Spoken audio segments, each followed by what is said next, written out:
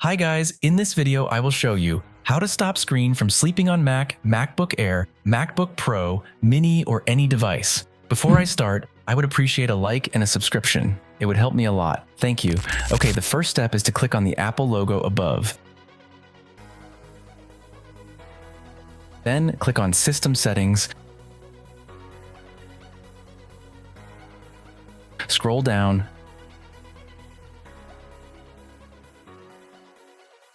Click on Lock Screen. Here we have several options to adjust. The first one, I recommend setting this option to your personal taste. I usually set it to 20 minutes.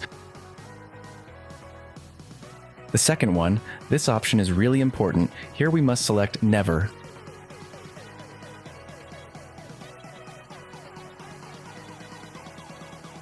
The third, this option, the same. Here we must select Never.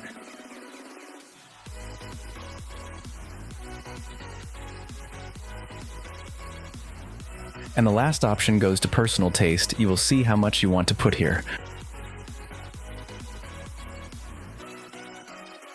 Well, once this is done, we close the tab and we would have everything configured.